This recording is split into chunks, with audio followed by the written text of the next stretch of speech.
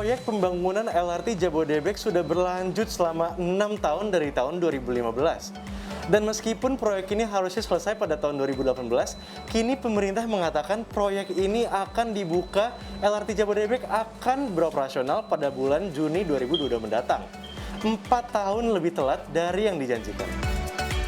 Kita harapkan nanti di bulan April 2022 sudah mulai di trial, mulai uji coba. Dan akan kita mulai untuk operasional itu bulan Juni 2022. Akan tetapi pemerintah ngegas untuk menyelesaikan proyek LRT Jabodebek karena diharapkan untuk menurunkan jumlah transportasi pribadi yang ada di jalanan ibu kota. Tapi di sisi lain, kesuksesan LRT Jabodebek dan tentunya transportasi umum lainnya bergantung kepada beberapa faktor. Apa saja sih faktor-faktor ini?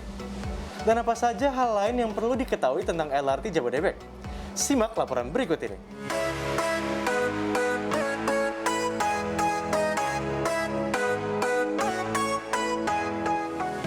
Rencana awal pemerintah adalah untuk membangun 3 jalur pelayanan.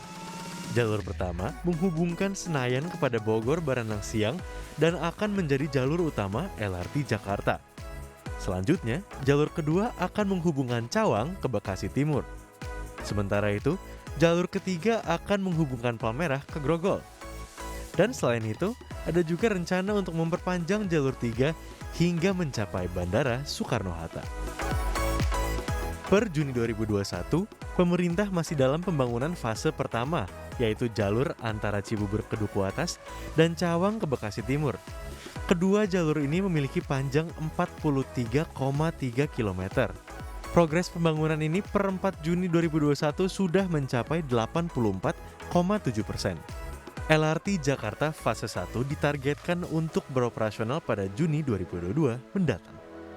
Fase pertama proyek LRT ini menghabiskan biaya sebesar 23,3 triliun rupiah atau setara dengan 538,1 miliar rupiah per kilometer. Efektivitas proyek LRT alias tingkat penggunaannya akan bergantung kepada beberapa faktor seperti integrasi LRT kepada transportasi lain, harga tiketnya, dan tingkat kecepatannya. Sistem LRT akan tersambung kepada 8 halte bus Transjakarta. Selain itu, LRT juga akan berhenti di daerah sekitar stasiun Duku Atas Kereta Bandara dan juga kereta komuter Jatinegara Bogor. Tetapi di Duku Atas belum ada akses langsung antara LRT dan kereta-kereta lainnya karena terbelah oleh Sungai Ciliwung. Selain itu, per 2019, harga tiket LRT Jabodebek dibanderol Rp12.000 per tiket. Tetapi menurut Menteri Perhubungan Budi Karya Sumadi, angka ini berpotensi untuk menurun. Kalau dibandingkan dengan mobil, jika berangkat dari daerah Cibubur dan menuju ke arah Kuningan lewat tol, harganya adalah Rp17.500 dan biaya ini belum termasuk biaya bensin dan parkir. Selanjutnya, waktu perjalanan dari Cibubur ke Duku Atas dengan menggunakan mobil adalah sekitar 35 menit hingga 1 jam 20 menit.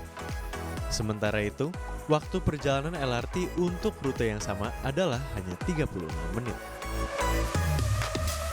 Perjalanan untuk program ini, untuk operasional ini ada Cibubur Duku Atas, Bekasi Duku Atas. Nah, Cibubur Duku Atas itu 24 km, waktu tempuhnya kira-kira 36 menit.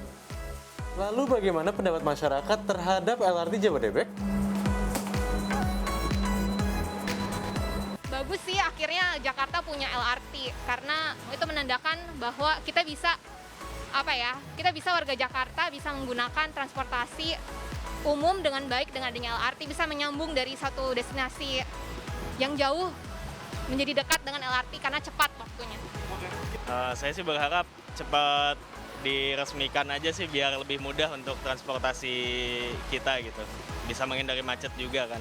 Pasti, karena satu pasti lebih cepat karena jalurnya kan sendiri dan menghemat waktu untuk ke kantor pastinya.